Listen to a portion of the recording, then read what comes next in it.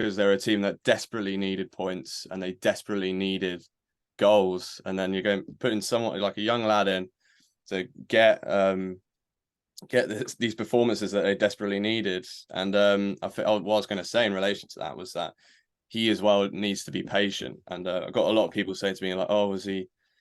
Is it not going to work out for him?" I was like, no, it is. It's all about patience, and that's what, it reminded me. Sure.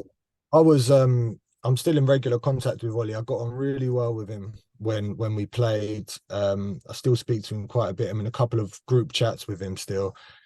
Went up the driving range with him recently, and we had a good chat. And one thing I'd say about Ollie, he's still very young, but his mind is very strong, and it was clear to see that when he was with us. And since he's gone on, he's very headstrong, and it's not the last we've seen of Ollie Tanner just because it hasn't worked alone at York. And what I'd say about that loan move there is he joined them at a time where it looked like he was going to get the opportunities. Then they had a new manager came in that decided not to play with wingers, and all of a sudden you've got a new manager and you're not so much in the plans. And that can happen in football, especially when you're young and you're on loan and the club might not see a long-term future for you. It can happen. But one thing I'd say about how I wouldn't have handled that situation as well as he has. He's still working hard, and he's stuck with it, and the experience he'll gain. Like I just said, it's a completely different situation, but I had to gain them skills of perseverance, and he's maybe going through a bit of that now. And but just on while we're on Ollie, when he came in with us at pre-season, that first season, Tony said, "What do you think?" And I said, "Yeah, it's decent." Like he looks all right. And this was after one or two training sessions. I was like, "Yeah, he looks good." I mean, I think he didn't get the chance he deserved at Bromley. I think he went on loan to Folkestone. They weren't really. Did he? Oh wow. Went on loan to Folkestone for 1 or 2 months. They didn't really give him the opportunities that he needed. But Tony saw something in him, and he said to me, "JT, that boy." This was after 2 sessions, and he said, "That boy, watch what I do with that boy." And that sticks with me. What Tony said, and Tony worked on him mentally, physically. He gave him all the opportunities, even when things weren't going his way. And that's what happens when you have the right manager behind you. And Tony was perfect for Ollie at that time.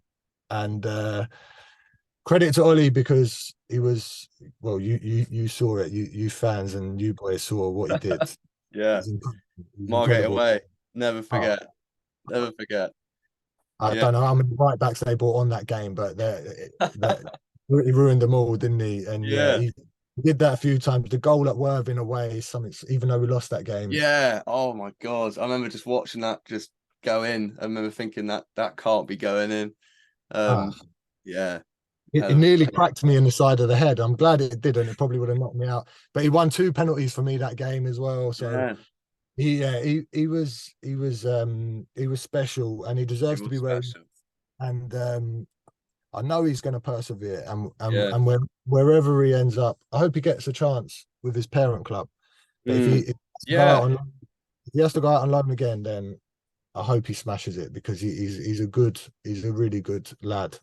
Yeah, like that's the thing. I think when he came on against Leeds I think it was Leeds in the FA Cup on the telly. I think I wasn't one of the only people that was like, "Go on, Ollie!" on the telly. But I know for a fact that like this loan experience that he's had for next season, whether he's playing at Cardiff or he's on loan at another team, he's now got that like really valuable experience of going to York, I think, and learning how to deal with that situation, and now actually, hopefully get a full season under his belt. That's what I was also thinking, that kind of missed. He went to York in January, so he missed like those months prior. So it's obviously, a bit hard to get into after missing those months, I think. Oh, for sure. A full season playing is what he needs. When Tony gave him the run of games that he needed, we were all rewarded with that. Yeah. I think as a forward as well, I know what it's like. Ollie's very driven for goals and assists, and when you're not playing consistently, you're not. It's hard to find that rhythm. So Mm. I think what you just said there about getting a full season is yeah. I follow him every week. Even I'm still checking in with him just to see how he's doing, and he's in a good place still. So I'm glad. Yeah, Yeah. good to hear. Lovely. Um, as we I'll rewind a bit back to what you said about with Tony with Ollie about his impact, and I just wanted to know how close is your relationship with Tony? I'm guessing obviously is quite close, but how did you meet him, and what is it about him that makes him such a great coach to you? Would you say?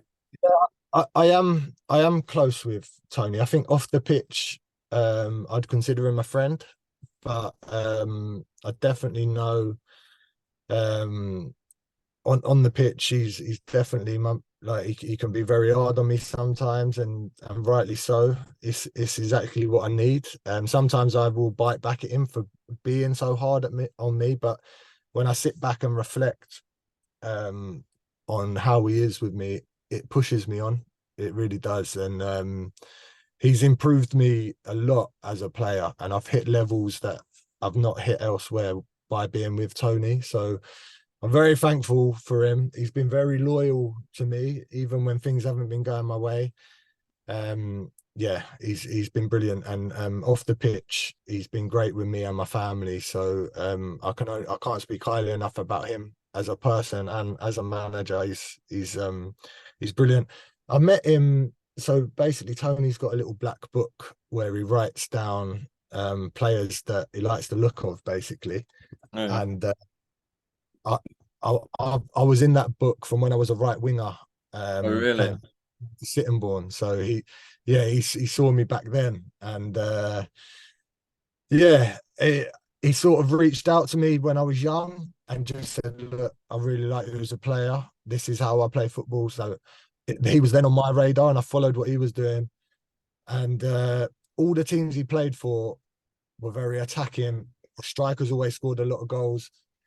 He had a he had a player playing up top for him called Michael Power, who's now manager at VCD, Okay.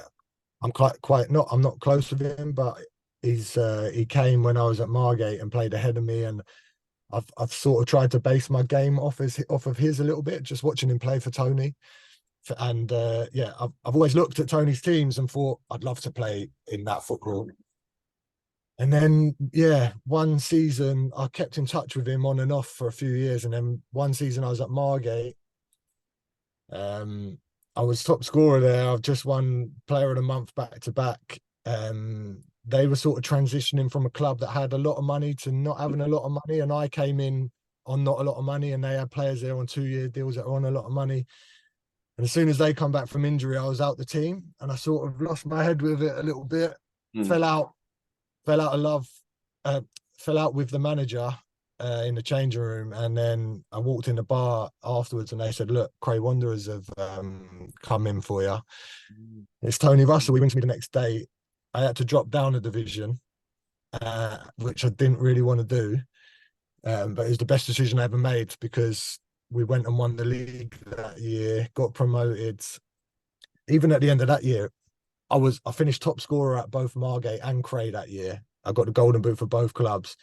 I thought I'm going to walk into this meeting with Tony, and he's going to offer me something good here. And he said, "JT, you've been good, mate. You've been good, but unless you get yourself in shape and you work on yourself and you do what we're asking of you, I don't want you, mate." And yeah, it was the first time. It was a bit of a smack in the face, but it's the first time that I've left there thinking I need to play for this guy next Yeah. season. I went and got myself in the best shape I could. Turned up for preseason, didn't care what he offered me, just signed it straight away. And yeah, the season after we got promoted was the season where I scored 32 goals in 36 games for Cray. We were looking like winning the league until COVID stopped it, Yeah. and it was a real shame. But yeah, what Tony's done for me is just pushed me onto levels that I've not hit before, and improved me as a player and a person. So yeah, alongside Vinesy and Whitey, I think yeah, it's just been brilliant for me, mate. Yeah. That's great to hear.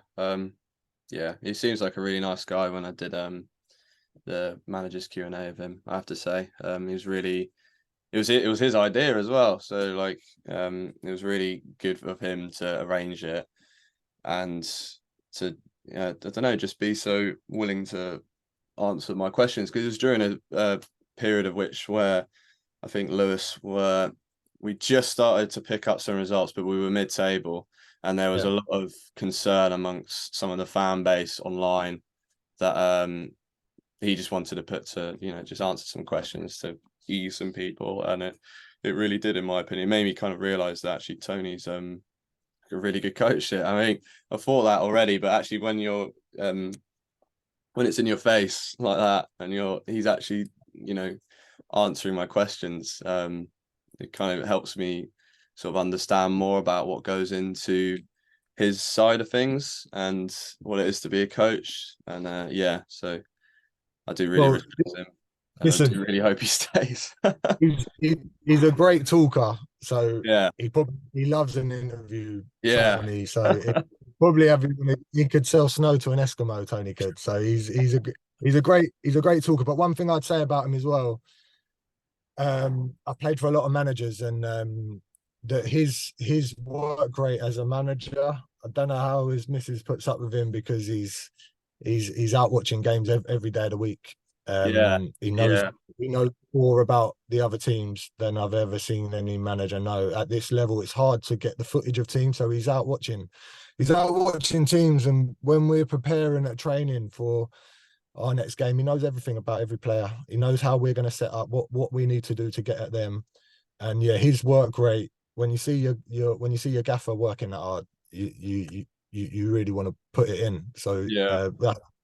yeah, he's just brilliant, mate. That's great.